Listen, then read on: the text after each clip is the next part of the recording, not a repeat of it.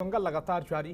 पूर्व मुख्यमंत्री कैप्टन अमरिंदर सिंह ने कहा है कि वो पटियाला में 4 बार विधानसभा चुनाव जीत चुके हैं, लिहाजा वो इस बार भी पटियाला से ही चुनाव लड़ेंगे। इतना ही नहीं, कैप्टन अमरिंदर सिंह ने साफ किया है कि वो सिद्धू की वजह से पटियाला नहीं छोड़ेंगे।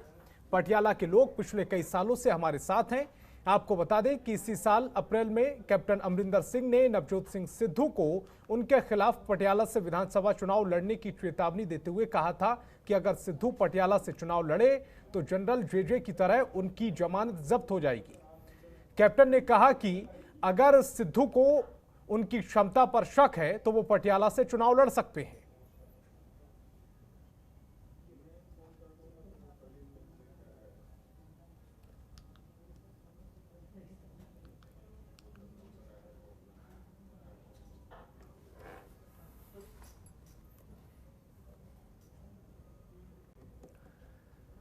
और दिल्ली के मुख्यमंत्री अरविंद केजरीवाल पंजाब के दौरे पर हैं।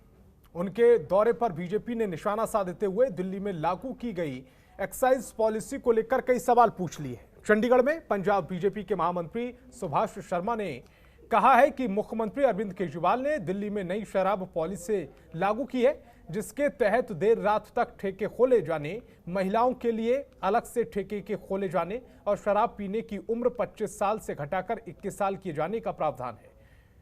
वहीं कुछ अनअप्रूव्ड इलाकों में भी नए ठेके खोले जाएंगे।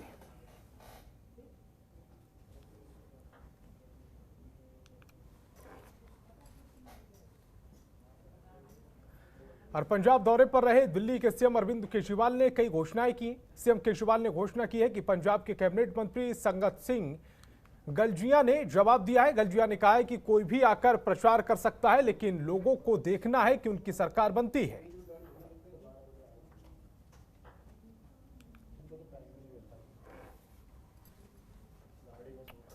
और चंडीगढ़ नगर निगम के चुनाव का ऐलान हो चुका है। 24 दिसंबर को चंडीगढ़ नगर निगम के लिए मतदान होगा और 27 दिसंबर को मतगणना होगी। 27 नवंबर से 4 दिसंबर तक नामांकन किए जाएंगे।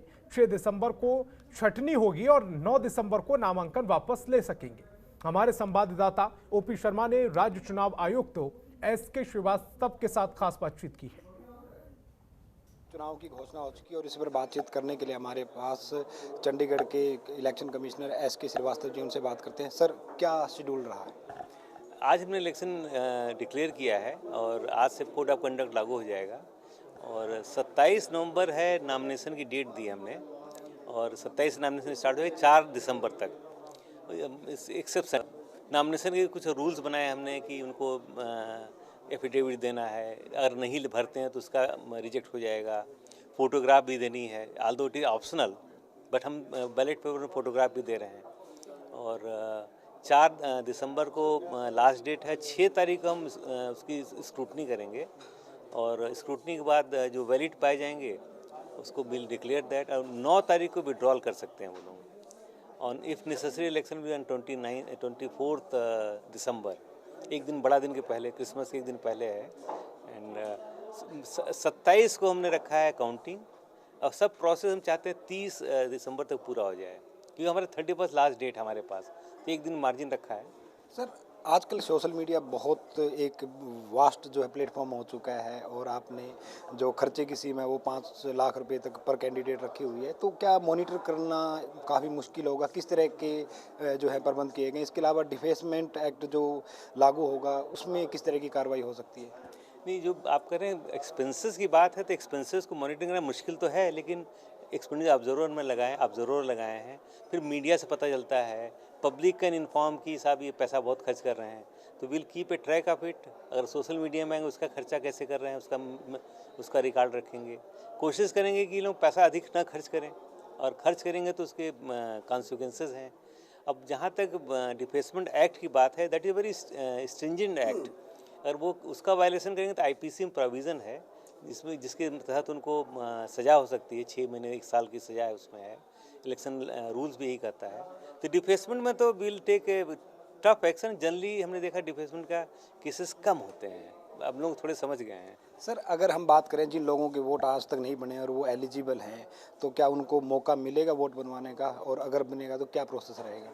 देखिए, प्रोसेस तो उनको हम तो नॉमिनेशन लास्ट डेट तक अलाउ करते हैं कि आप अगर आपने अपने वोटर लिस्ट में नाम डलवा लिया, जो कि अब भी this is continuous process.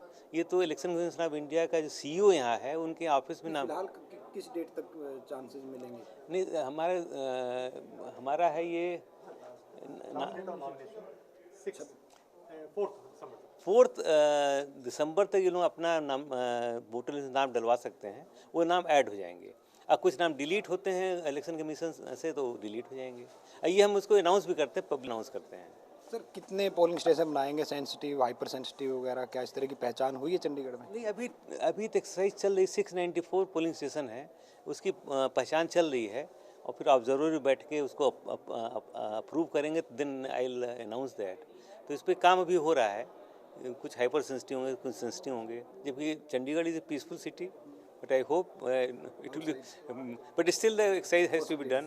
The work is on, और पुलिस फोर्स और ऐसी अलाउ करेंगे डिप्लॉयमेंट उनका।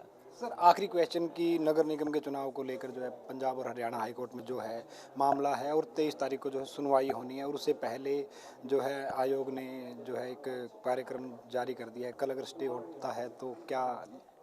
नहीं, पहला तो मैं कहेंगे जो भी जुडिशरी के डिसीजन होगा, ये तो judiciary has got right to examine the any infirmity in our action और रूल्स, तो वो करेंगे, जो होगा उसको फॉलो कर लेंगे।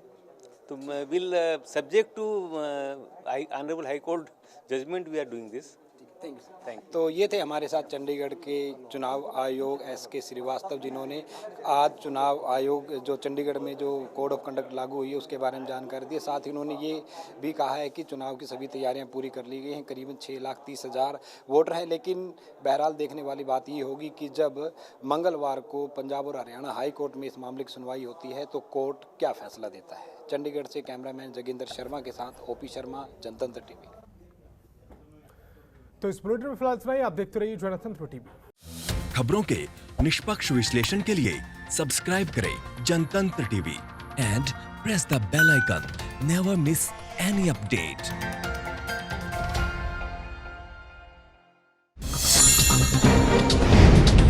डाउनलोड कीजिए जनतंत्र टीवी ऐप को, जो कि अवेलेबल है गूगल प्ले और ऐप स्टोर पर। अधिक जानकारी के लिए अभी डाउनलोड करें।